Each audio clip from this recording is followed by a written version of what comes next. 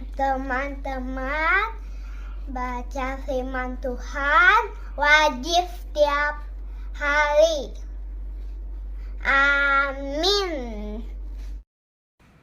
Salam, selamat pagi dan selamat berjumpa kembali di channel TPK Gajah Pintar Tinambunan. Bacaan firman Tuhan pada pagi hari ini di hari yang ke-200 tahun 2024 diambil dari kitab Kejadian pasal 31 ayat ke-42 dengan perikop Laban mengejar Yakub. Sebagai nats ayat pada hari ini yaitu ayat yang ke-42 adalah sebagai berikut. Seandainya Allah ayahku, Allah Ibrahim, dan yang disegani oleh Ishak untuk menyertai aku, tentulah engkau sekarang membiarkan aku pergi dengan tangan hampa. Tetapi kesengsaraanku dan jerih payahku telah diperhatikan Allah dan telah menjatuhkan putusan tadi malam. Inilah ayat hari ini. Jadi katanya, seandainya Allah ayahku, Allah Abraham, dan yang disegani oleh Ishak untuk menyertai aku, tentulah engkau sekarang membiarkan aku pergi dengan tangan hampa. Tetapi kesengsaraanku dan jerih payahku telah lelah diperhatikan Allah dan telah menjatuhkan putusan tadi malam. Nah, kemudian bacaan pagi diambil dari kitab Ulangan pasal 18 ayat 13 sampai 16. Allah berjanji untuk mengutus seorang nabi. Dan bacaan malam Yakobus pasal yang kedua ayat 14 sampai dengan 17. Iman dan perbuatan. Sekarang kita masuk dalam perikop Laban mengejar Yakub. Mengapa Laban mengejar Yakub?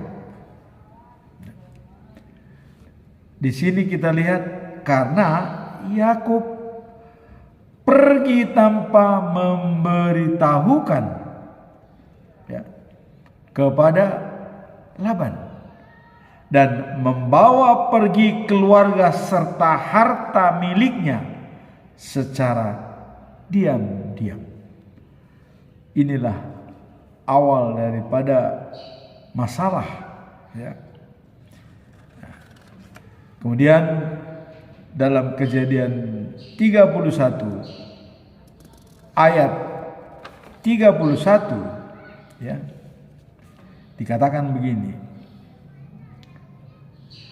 Akulah Allah yang di Betel itu, di mana engkau mengurapi tugu dan di mana engkau bernasar kepadaku. Maka sekarang bersiaplah, engkau pergi dari negeri ini dan pulanglah ke negeri sanak saudaramu. Inilah perintah daripada Allah. Nah, jadi dengan kepergian Yakub dari tempatnya Laban adalah banyak didahului dengan paradigma. Ya. Paradigma daripada Yakub, ya, karena melihat dia yang sudah lelah dan sudah sangat lama di sana selama 20 tahun, ya, dia bekerja pada Laban. Nah, kita tahu, ya, dari awal mulanya kenapa Yakub pergi ke Laban. Dia disuruh oleh ayahnya Ishak, pergilah kau ke tempat pamanmu Laban. Maka dia pergi. Nah, sehingga pada waktu Laban ditemui oleh Yakub, ya, Yakub senang dengan Rahel karena ada 2 anak perempuan dari Laban, ya. Dia senang dengan Rahel. Tetapi Laban mengatakan ada aturan bahwa tidak boleh adiknya melangkahi kakaknya, karena Lea adalah paling sulung di keluarga mereka. Maka keinginan daripada Laban, Lea dululah yang dikawinkan kepada Yakub. Nah, namun Yakub senang dengan Rahel. Tapi bagaimana cara daripada Laban? Didandanilah Lea dan dicoba untuk dekat dengan Yakub. Nah, sehingga Yakub menemani Lea dan sudah menjadi keluarga, bersetubuh dengan Lea. Akhirnya dia kawin dengan Lea. Nah, tapi Yakub tetap menginginkan Rahel sebagai istrinya.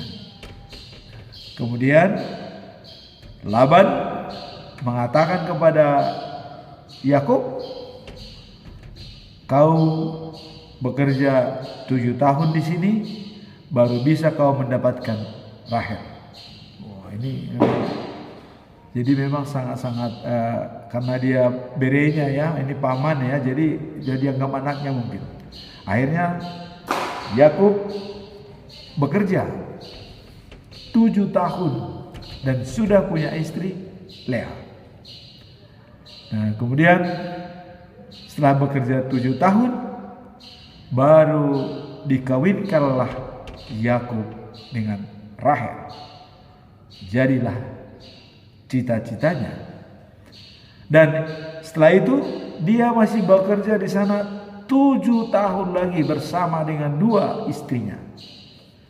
Nah, kemudian mereka sudah suami istri dengan istri yang 2, dan juga ada gundiknya, ya, yang hamba daripada Lea dan hamba daripada Rahel, ya, ada.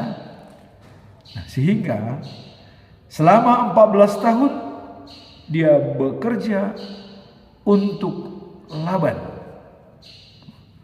Kemudian setelah 20 tahun ditambah 6 tahun lagi, disitulah dia bekerja untuk mengumpulkan hartanya, domba-domba dan segala macam itu. Nah, kemudian dalam bekerja di sana, kalau kita melihat apa sebenarnya keluhan-keluhan daripada Yakub yang disampaikan kepada Laban, nanti kita lihat cerita dalam perikop ini. Kita baca dari awal, dari perikop kenapa Laban mengejar Yakub, kita akan lihat bedah dalam perikop ini yang sangat-sangat menarik dan memang benar-benar campur tangan Tuhan baik kepada Laban juga kepada Yakub. Nah, awal daripada perikop ini ya, perintah dari Allah. Bersiap-siaplah engkau pergi dari negeri ini dan pulanglah ke negeri saudaramu di Kanaan. Inilah awal mula. Kenapa Yakub pergi tanpa memberitahukan kepada Laban? Di sini terjadi paradigma. Sebab Yakub merasa kalau dia pergi pamit kepada Laban, mungkin dia akan pulang dengan tangan kosong. Ya bisa saja, semua tinggalkan, istrimu, anakmu, dan cucu saya tinggalkan, kau pergi. Bisa saja ya. Itulah yang ditakutkan oleh Yakub, sehingga dia pergi diam-diam. Nah, mari kita lihat ceritanya. Maka Yakub memberitahu kepada istrinya Lea dan Rahel dan semua anak-anaknya. Dia beritahu, mengatakan bahwa kita akan pergi.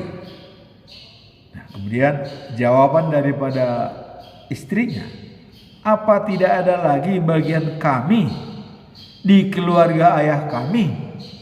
Nah, ini suatu pertanyaan yang memang cukup menarik. Apa tidak ada lagi?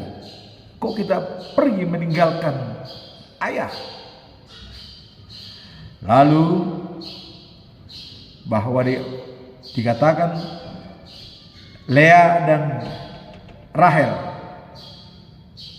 dikatakan lakukanlah apa perintah Allah.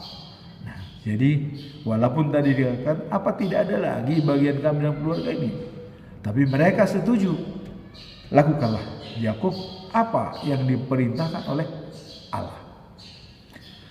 Lalu Yakub berkemas-kemas untuk pulang kepada ayahnya di negeri Kanaan.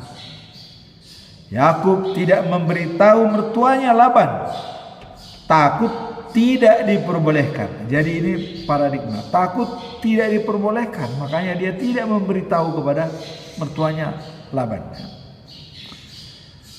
Waktu itu Laban ada di padang Aram ya, untuk mengguntingi bulu domba-dombanya. Jadi dia tidak tahu pada waktu dia ada di padang ya, melihat domba-domba, maka Yakub dan Lea dan anaknya semua berkemas-kemas. Semua domba-dombanya, hartanya, untanya disiapkan untuk pergi. Nah, kemudian waktu itu Laban ada di padang menguntingi bulu-bulu domba. Yakub mengakali Laban ya, dengan tidak memberitahukan keberangkatannya. Ia mengambil semua hartanya dan pergi dengan tergesa-gesa. Jadi dia pergi itu dengan tergesa-gesa ya, takut diketahui oleh Laban. Nanti kalau tidak diperbolehkan jadi repot. Jadi karena sudah ada perintah dari Tuhan Allah, bersiap-siaplah, pergilah kepada saudaramu. Jadi Allah sudah memerintahkan pergi. Jadi Laban juga ya, Yakub tentu dengan tergesa-gesa dia pergi. Karena Tuhan Allah sudah mengatakan, pergilah ya. Maka dia tidak permisi lagi kepada Laban. Ia mengambil semua hartanya dan pergi dengan tergesa-gesa ya. Dia menyeberangi sebuah sungai yang namanya Sungai Efrat. Lalu ya menuju daerah pegunungan Gilead. Jadi di pegunungan Gilead. Nah, jadi setelah 3 hari Yakub ya pergi, ya. Kemudian Laban diberitahu bahwa Yakub telah lari. Nah, ini jadi dikatakan masih lari, ya. Laban mengejar Yakub. Nah, jadi lamanya, jadi tadi dia sudah 3 hari pergi, ya. Nah, kemudian Laban mengejar dia, hari ke-7 baru ketemu. Jadi 7 hari namanya, ya. Laban mengejar Yakub dan bertemu di pegunungan Gilead. Jadi mereka bertemu di pegunungan Gilead, ya. Jadi karena Yakub sudah berencana membuat kemah di bukit, ya, di bukit pegunungan Gilead. Jadi di sana ada beberapa bukit, jadi dia membuat kemah di pegunungan itu, ya, di bukit, salah satu bukit. Kemudian Laban mengejar, ya, dan bertemulah mereka di pegunungan Gilead. Nah, kemudian Yakub berkemah di satu bukit dan Laban juga berkemah di satu bukit. Tentu Laban juga membawa banyak parangannya, ya, banyak pasukannya dibawa mereka. Tapi inilah kuasa daripada Tuhan. Pada waktu malam hari Allah datang pada Laban dalam mimpi dan berkata. Perkataan daripada Allah ini cukup, ya, membuat Laban menjadi memang tenang. Awas, kata Allah, jangan sekali-sekali engkau mengancam Yakub dengan sepatah kata pun. Inilah perintah dan instruksi dari Allah kepada Laban pada waktu itu. Jangan ada sepatah kata pun untuk mengancam Yakub. Artinya bicaralah baik-baik. Itulah merupakan perintah dan saran dari Tuhan Allah. Kemudian Yakub juga berkemah di pegunungan Gilead, di salah satu bukit, ya. Laban berkemah di bukit yang lain. Kemudian Laban mulai bicara. Ketemulah dia dengan Yakub. Mengapa engkau mengakali aku dan membawa lari anak-anak saya dan cucu saya, seakan-akan mereka itu tawanan perang? Inilah yang dikatakan oleh Laban. Kenapa kau membawa anak-anak saya, cucu saya seperti tawanan perang?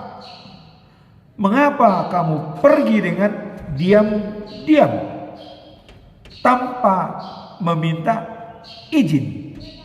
Karena mertua memang orang tua wajiblah minta izinnya, tanpa minta izin. Kemudian dikatakan, seandainya kau minta diri atau izin pada saya, ya, pasti saya melepaskanmu dengan senang dan diiringi dengan nyanyian musik rebana dan kecapi. Nah, ini. Jadi kalau seandainya kau permisi kepada saya pasti melepaskan kamu diiringi dengan suatu nyanyian yang meriah, ya, kecapi dan rebana. Ya.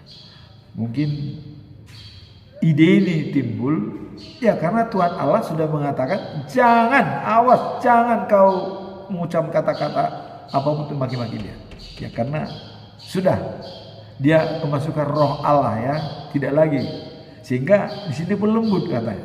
Padahal mungkin dalam hatinya, waduh, mungkin tadi dari awal, waduh, kurang ajar nih mantu saya ini, meninggalkan saya, mungkin dia seperti itu. Tapi karena dia sudah bermimpi bertemu dengan Allah, berubahlah semua. Nah, di sini kata-kata yang sangat enak. Seandainya akan diiringi musik, nah, engkau malah tidak memberi saya kesempatan untuk mencium anak saya dan cucu saya sebagai perpisahan. Jadi sudah kata-kata yang enak didengar dan manis. Kenapa tidak kau berikan saya kesempatan mencium anak saya, 2 anaknya dan cucu-cucunya? Kenapa? Itu kira-kira kata-kata daripada Laban kepada Yakub. Bodoh benar tindakanmu. Jadi dia tidak mengatakan bahwa Yakub itu salah dan mau ngata-ngatai, tapi dikatakan bodoh tindakan. Memang seperti ini ya, yang boleh lah ya, karena ya masa dengan cucu anak kan kalau berpisahan ya perlu lah. Bodoh benar tindakanmu ini, tapi halus dikatakan. Dan ditunjukkan juga kehebatan dia ya. Saya ini katanya cukup kuat berbuat jahat padamu kalau saya mau ya. Saya cukup kuat untuk berbuat jahat padamu, apapun bisa saya lakukan. Tapi katanya, tapi tadi malam Allah yang dipuja ayahmu memperingatkan saya supaya sekali-kali jangan mengancam engkau. Mulai lentur lembut ya. Allah dipuja ayahmu memperingatkan saya untuk tidak memperingatkan saya supaya sekali-kali jangan mengancam engkau. Sudah dipengaruhi oleh Tuhan. Allah yang dipuja ayahmu katanya. Saya tahu kamu berangkat itu ingin sekali pulang ke Kanaan.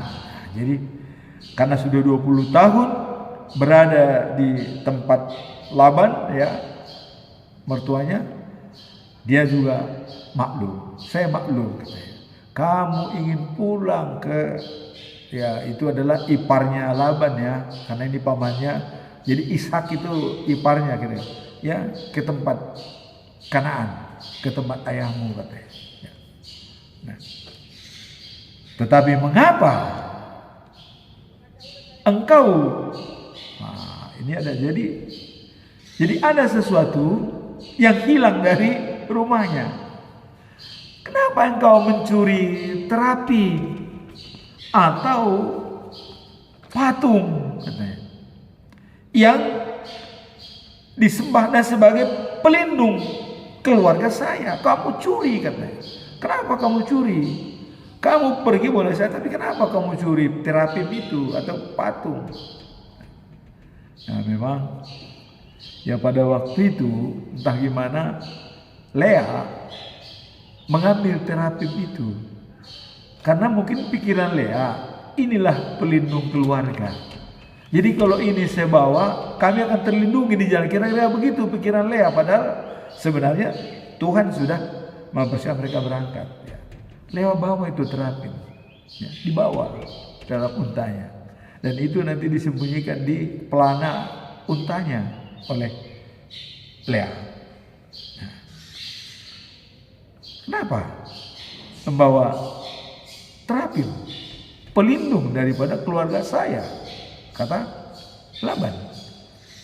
Yakub menjawab, saya pergi dengan diam-diam karena takut paman akan menahan anak-anaknya dan juga semua. Jadi dia takut menahan anak-anaknya yang 2. Kalau cucunya mungkin boleh dibawa, anak-anak paman. Itu ketakutan saya katanya. Takut walaupun sudah berkeluarga bisa saja memang, oh ini kamu aja yang pergi, ini enggak ya, takut. Itulah ketakutan daripada Yakub sampaikan. Nah, kemudian mengenai patung itu, jika paman menemukan seorang di sini yang telah mencurinya, ia akan dihukum mati. Karena Yakub tidak tahu kalau istrinya Lea membawa kalau istrinya Rahel ya, membawa patung itu. Ya. Nah, maka periksalah apa ada barang-barang milik paman di sini. Kalau ada silakan ambil. Yakub tidak tahu kalau patung itu ada di bawah Rahel. Dia tidak tahu. Maka dia bilang periksa semua. Silakan. Seling. Kalau ada yang ditemukan siapa yang bisa dihukum mati katanya. Memang Yakub jujur ya. Yakub jujur. Ya, karena dia tidak tahu. Karena itu Rahel diam-diam. Ya karena Rahel ini sebenarnya anak kesayangan daripada Laban juga ya, Rahel. Nah makanya Rahel ini juga berani membawa terapim itu ya karena dia menganggap itu sebagai pelindung keluarga. Nah kalau ini pelindung keluarga, kalau saya bawa kami juga terlindungi. Dia masih ragu berangkat ini pergi bersama dengan Yakub mau pulang ke Kanaan ya. Maka dibawa terapim itu seolah-olah itu dianggap sebagai pelindung. Nah kira-kira begitu ya. Nah, kemudian pergilah Laban ke kemah Yakub mengecek ya, dan juga kemah Lea. Ke kemah kedua hambanya wanita juga pergi, semua tidak ditemukan. Ya. Kemudian dia masuk di kemah Rahel. Nah, sebelum dia masuk, dia mengambil patung itu dari kemahnya Rahel. Diambillah patung itu, disembunyikan di pelana untanya. Kemudian Rahel berada di atas unta, ya, dia di atas unta. Karena dia disembunyikan di sana, dia berada di atas untanya. Nah, kemudian setelah Rahel berada di atas untanya, nah, sedangkan ia sendiri duduk di atas pelana. Nah, kemudian patung itu disembunyikan di pelana untanya dan dia duduk di atas pelana daripada unta. Nah, Laban menggeledah seluruh kemah Rahel, tapi tidak ditemukan karena sudah dibawa oleh Rahel. Ya, dia naik di untanya, dimasukin di pelananya, dia di situ naik. Nah, kemudian Rahel bicara karena Laban hendak menemui Rahel. Rahel bicara, ayah, jangan marah katanya, sebab saya tidak dapat berdiri menyambut ayah sebab datang bulan. Itulah alasan daripada Rahel, padahal dia menyembunyikan pelana itu ya, patung terapim itu di pelana untanya. Nah, harusnya kan kalau dia kalau Lea tadi dia menyambut ayahnya. Tapi Rahel kenapa dia keluar menyembunyikan langsung, tidak menyambut. Nah, dia bilang saya lagi datang bulan. Dia tetap ada di atas pelana untanya ya. Nah, Laban mencari dengan teliti tapi tidak menemukan patung itu. Jadi tidak ada di tempat mereka. Kemudian Yakub berkata, keyakinan apa yang telah saya lakukan? Ya. Kesalahan apa yang sudah saya lakukan? Nah, sehingga ya Laban geram kepada Yakub. Nah, ini kata Yakub, dan sudah tidak ditemukan, dan terapim itu sudah tidak ada. Nah, apa salah saya sehingga paman mengejar-ngejar saya? Karena kalau soal permisi itu memang tidak masalah, tapi karena mencuri itu tadi sudah tidak ditemukan, apa salah saya sehingga paman mengejar-ngejar saya, katanya. Sekarang sesudah paman menggeledah segala barang-barang saya, apakah paman menemukan barang-barang? Sekarang tunjukkanlah barang itu dan letakkan di sini supaya orang-orang saya dan paman dapat melihat. Nah, itu ditantang oleh Yakub. Sekarang tunjukkan, temukan enggak? Kan tidak ada ditemukan.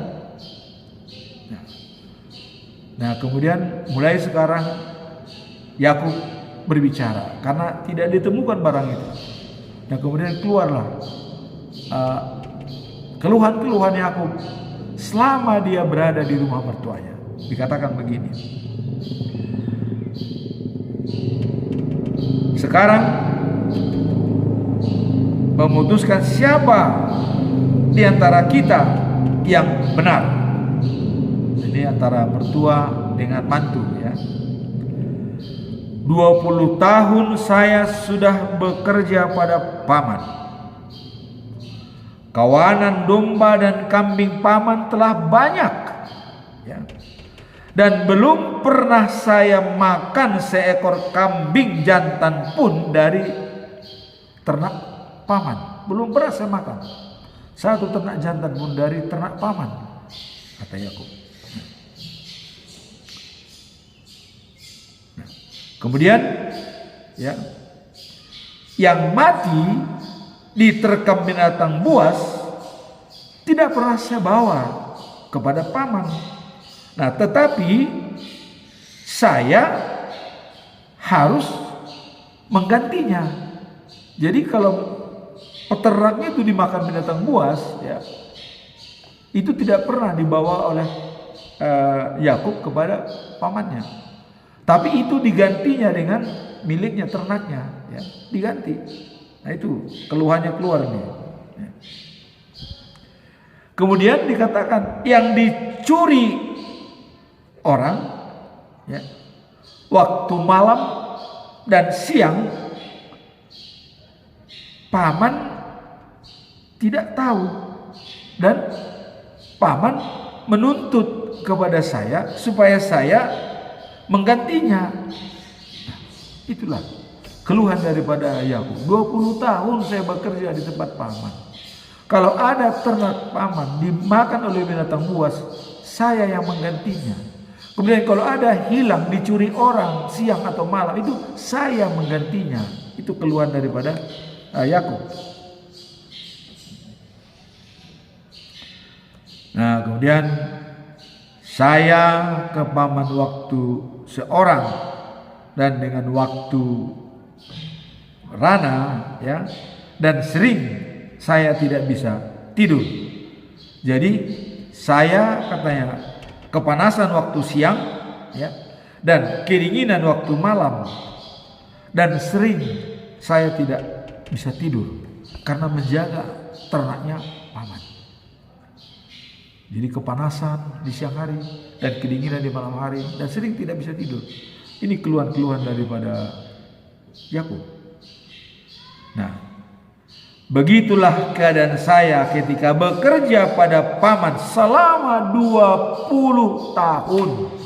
Wah, jadi sekarang disampaikanlah unek-uneknya, selama 20 tahun seperti itu saya bekerja pada paman. Itulah penderitaan saya. Kepanasan di siang hari dan juga kedinginan malam hari. Saya sering tidak bisa tidur. Kemudian kalau ada ternak yang hilang, saya mengganti. Dimakan oleh binatang buas, saya mengganti. Tidak pernah diberitahu kepada pamannya. Kira-kira begitu jawaban daripada Yakub. Nah, dan selama itu pun paman sering mengubah upah saya sampai 10 kali. Coba, selama 20 tahun upahnya diubah. Tadinya udah segini, dirubah lagi, udah segini, dirubah lagi, sampai 10 kali katanya. Upah saya paman ubah. Wah, ini memang benar-benar disampaikan semua unek-uneknya, Nah, dengan semua kejadian itu, maka Yakub berkata, seandainya saya tidak dilindungi oleh Tuhan Allah leluhur saya, yaitu Allah yang dipuja oleh Abraham dan Ishak, maka paman pasti sudah menyuruh saya pergi dengan tangan kosong. Inilah ayat hari ini. Ya. Jadi kalau seandainya ya, saya tidak dilindungi oleh Allah leluhur saya, yaitu Allah yang dipuja oleh Abraham dan Ishak, maka paman pasti sudah menyuruh saya pergi dengan tangan kosong. Ini kata-kata daripada Yakub. Kalau seandainya Tuhan Allah tidak melindungi, saya sudah tangan kosong, nggak ada apa-apanya saya ada di tempat paman. Tetapi Yakub bilang, Allah telah memperhatikan kesusahan saya dan pekerjaan yang telah saya lakukan, dan tadi malam Ia telah memberikan keputusannya. Inilah ayat hari ini dari semua apa yang kita bicarakan tadi, bahwa Yakub punya masa lalu selama 20 tahun. Nah, kemudian Laban, kalau menurut cerita ini katanya sebenarnya dia mau memberikan dan mencium anaknya supaya pergi kamu dengan nyanyian yang selamat, katanya. Nah, tapi memang itu karena Laban sudah bermimpi bertemu dengan Allah. Awas, jangan sekali-sekali kau katakan atau kau maki-maki itu Yakub, karena Tuhan sudah mengatakan itu. Nah, sehingga di akhirnya memang ya semua terungkap. Nah, dari hasil ayat hari ini dan pertemuan mereka setelah hari ke-7, akhirnya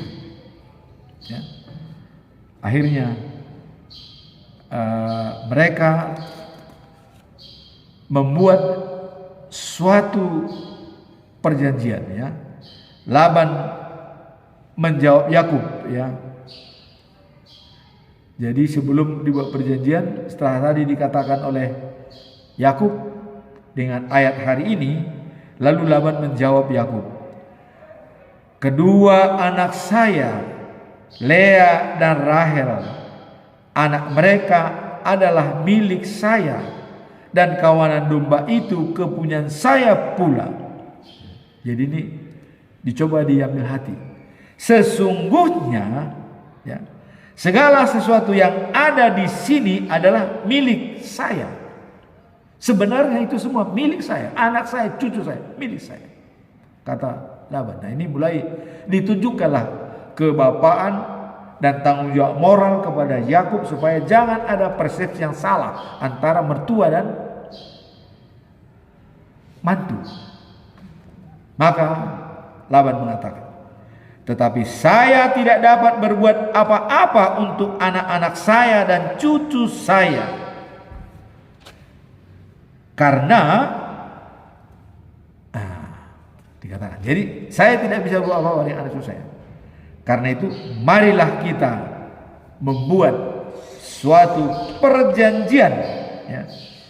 Jadi karena apa yang dikatakan oleh Yakub tadi, ya, sebenarnya Lea, Rahel itu anak saya, anak-anaknya itu bisa milik saya, tapi saya tidak bisa berbuat apa-apa. Karena tadi ya, memang Tuhan sudah perintahkan kepada jangan kau bawakan itu Yakub. Maka Laban mertuanya mengajukan kepada mantunya Yakub, mari kita buat suatu perjanjian, katanya. Nah, membuat perjanjian dengan menyusun batu-batu sebagai tanda perjanjian itu. Nah, maka mereka akan membuat di sana suatu batu, ya, disusun sebagai perjanjian. Nah, kemudian Yakub mengambil sebuah batu dan ditegakkan ya menjadi batu perjanjian. Peringatan ini tegakkan, diambil buat. Lalu ia menyuruh orang-orang untuk mengumpulkan batu dan membuat timbunan. Setelah itu mereka makan bersama. Jadi dibuatlah batu di sana sebagai perjanjian ya. Dan setelah diselesaikan oleh Yakub, mereka makan bersama. Nah, lalu Laban ya mengambil juga batu dan dimasukkan di sana, jadi sudah terkumpul batu tersebut dari pihak Laban dan juga dari pihak Yakub.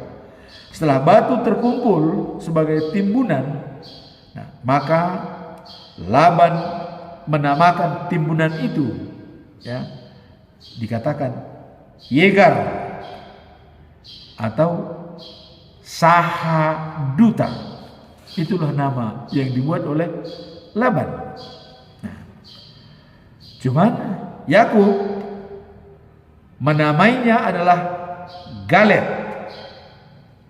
Nah, kemudian Laban berbicara, timbunan batu ini akan menjadi peringatan bagi kita berdua. Jadi ini antara mantu ya dengan mertua. Inilah perjanjian bagi kita. Batu ini peringatan ya berdua. Nah, maka itulah sebabnya tempat itu dinamakan Galed. Nah, kemudian baru Laban memberkati mantunya. Semoga Tuhan mengawasi kita selama kita berjauhan. Ini kata-kata terakhir. Jadi semoga Tuhan ya, mengawasi kita selama kita berjauhan. Jadi oke lah, kamu jauh di sebelah tanah Kanan, kami di tempat padang Aram. Tuhan mengawasi kita. Nah, kemudian di tempat itu dinamakan juga Mispa. Jadi Galed, Mispa, dan Laban mengatakan Yegar dan Sahaduta. Tapi Galed dikatakan oleh Yakub, dan sekarang tempat itu dinamakan adalah Mispa. Lalu berkata lagi, jadi ini sebagai terakhir pembicaraan mereka. Jika engkau berbuat jahat kepada anak-anak saya atau mengawini wanita-wanita lain, walaupun tidak ada yang mengetahuinya, ingatlah Allah mengawasi kita. Jadi ini pesan moral. Artinya kalau kau mengawini wanita lain ya, tanpa diketahui orang atau sendiri-sendiri, ingat Tuhan mengawasi kita. Nah, ini kata-kata Laban untuk meyakinkan Yakub supaya tetap setia kepada anak-anaknya. Nah, kemudian dikatakan oleh Laban, batu timbunan inilah sebagai peringatan ya, bahwa ya, saya tidak boleh menyerang kamu ya, lewat timbunan batu ini. Demikian juga kamu Yakub. Jadi tidak boleh saling menyerang. Jadi tidak boleh. Artinya batu ini sebagai batas ya, daerah Yakub, daerah Laban, dan tidak boleh menyerang lewat batu timbunan. Kalau ada musuh tidak boleh dikejar. Pokoknya kalau ada musuhnya lari ke sebelah, selamatlah. Artinya karena sudah diperjanjikan, batu itulah sebagai batas. Kemudian dikatakan, Allah yang dipuja Abraham dan ayah saya Nahor akan menjadi hakim antara kita. Nah, itu kata-kata daripada Laban. Nah, kemudian apa jawaban daripada Yakub? Yakub bersumpah, demi Allah disembah Ishak ayah saya untuk menepati janjinya. Nah, kemudian ia mengambil seekor binatang dan mempersembahkannya di atas bukit itu. Lalu mereka makan bersama. Inilah cerita daripada Laban mengejar Yakub. Dan perikop hari ini Yakub mengatakan bahwa seandainya Allah ayahku, Allah Abraham, dan yang disegani oleh Ishak untuk menyertai aku, tentulah engkau sekarang membiarkan aku pergi dengan tangan hampa. Tetapi ya, kesengsaranku dan jerih payahku dan lelah diperhatikan Allah dan telah menjatuhkan putusan tadi malam.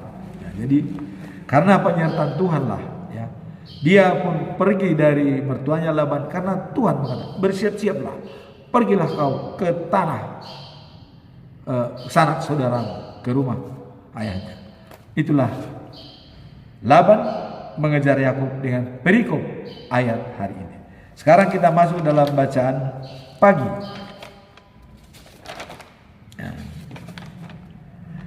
Bacaan pagi yaitu Ulangan pasal 18 ayat 13 sampai 16. Allah berjanji mengutus nabi. Siapa nabi yang dijanjikan Allah dalam kitab Ulangan pasal 18 ayat 13 dan 16 ini? Nabi yang dikatakan oleh Musa akan datang, ya, karena ketakutan orang Israel untuk berhubungan langsung dengan Allah. Nah, jadi mereka tidak mau lagi berhubungan dengan Allah karena waktu di Gunung Sinai, ya, itu dengan tiang awan di siang hari dan tiang api di malam hari, maka bangsa Israel takut. Sudahlah, ya, kami jangan lagi lah berhubungan dengan Allah. Nah, maka di sini Musa mengatakan, ya, akan ada nabi setingkat dengan saya dan juga penyampaian firman Tuhan kepada bangsa Israel. Itu dijanjikan ada seorang nabi. Nah, kemudian di ayat 13 dikatakan, jadi hendaklah kamu mengabdi pada Tuhan Allah dengan sepenuh hatimu. Nah, kemudian Musa berkata, bangsa-bangsa di negeri yang akan kamu duduki itu mengikuti nasihat tukang sihir, tukang ramal, dan mereka sangat yakin pertanda-pertanda yang dibuat oleh peramal-peramal. Nah, tetapi dikatakan Tuhan Abraham tidak mengizinkan kamu melakukan hal itu. Jadi tidak boleh kamu mengikuti sebagai pesihir dan peramal, karena di bangsa yang kamu duduki itu akan seperti itu, katanya. Nah, kemudian sebaiknya dari bangsa kita sendiri ia akan mengutusnya kepadamu seorang nabi seperti saya ini. Ini kata Musa. Dan kamu harus taat kepadanya. Jadi dijanjikan, ya, ada nanti seorang nabi, ya, yang diutus setara dengan saya, kata Musa. Turutlah dia. Nah, kemudian pada hari itu kamu berkumpul di Gunung Sinai, kamu mohon supaya kamu jangan lagi memandang Tuhan. Nah, itu tadi, supaya jangan lagi memandang dengan Tuhan langsung, tapi ada perwakilan. Nah, maka Musa menjawab, maka diutus seorang nabi untuk bisa berhubungan langsung dengan kamu, katanya. Nah, kemudian dan jangan miliki daerahnya, ya, yang banyak, ya, dan juga adalah kenyataan dia akan berbicara terus terang, tapi patuhilah dia. Nah, itulah yang dikatakan itu, dan menurut analisa kita dan saya memahami, itulah kedatangan Nabi Yesaya sebagai anaknya Amos. Kalau Amos adalah nabi yang pertama di Israel, nah, Yesaya adalah anaknya Amos yang mengingatkan Hizkia kita tahu siapa Hizkia. Hizkia bisa tambah umurnya 15 tahun dan sakitnya sembuh. Karena itu juga Nabi Yesaya yang menyampaikan kepada Hizkia, dan Nabi Yesaya lah yang memberikan obat buah ara ya, yang ditumbuk dan dioleskan di borok daripada Hizkia, sehingga dia bisa hidup 15 tahun lagi. Nah, kemudian kalau kita baca dalam Yesaya 1 ayat 1 dikatakan bahwa penglihatan yang telah dilihat Yesaya bin Amos tentang Yehuda dan Yerusalem dan zaman ya, Usia, Yotam, Ahaz dan Hizkia, raja-raja Yehuda. Jadi itu penglihatan Nabi Yesaya. Sekarang kita masuk dalam bacaan malam ya, yaitu diambil dari Yakobus pasal 2 ayat 14 dengan 17. Iman dan perbuatan. Nah, dalam manajemen memang kalau tidak berbuat tidak ada hasil yang dicapai. Nah, jadi sini pun iman tanpa perbuatan adalah mati. Dalam Yakobus pasal 2 ayat 17 ya. Nah, jadi begitulah juga iman. Jika tidak ya menyatakan dengan perbuatan, maka iman tidak ada gunanya.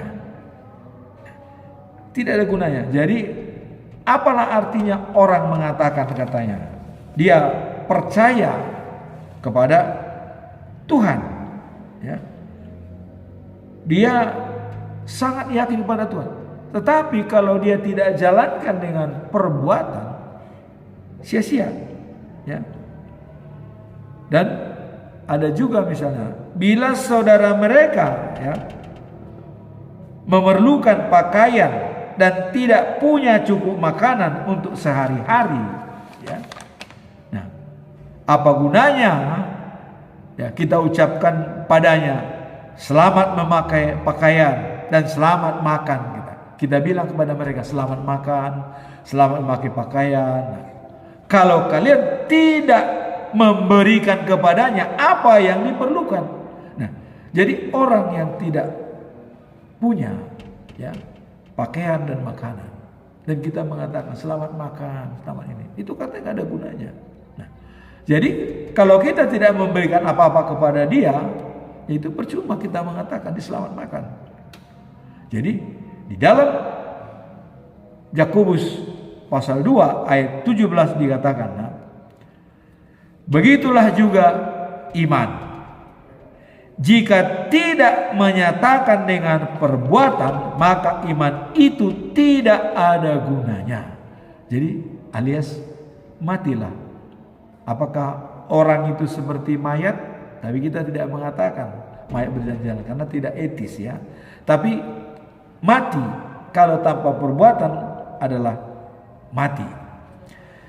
Nah, dalam kitab Wahyu 3 ayat 1 dikatakan ya, ini pesan-pesan kepada Sardis.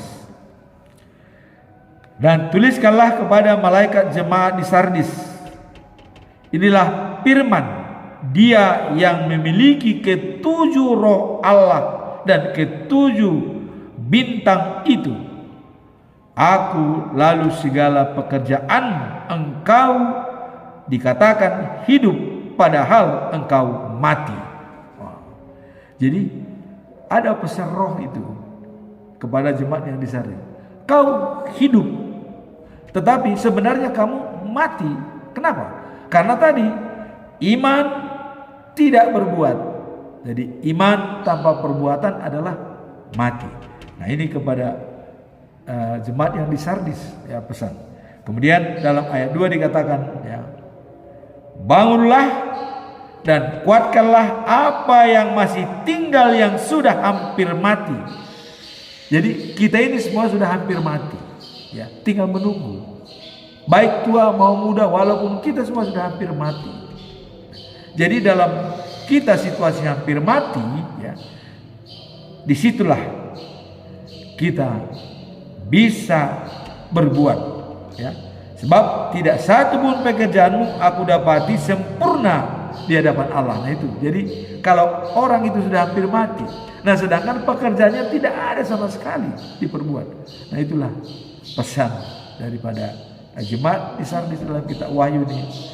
Bangunlah dan kuatkanlah apa yang masih tinggal padamu. Kamu hampir mati. Maka jadilah kita menjadi saluran berkat.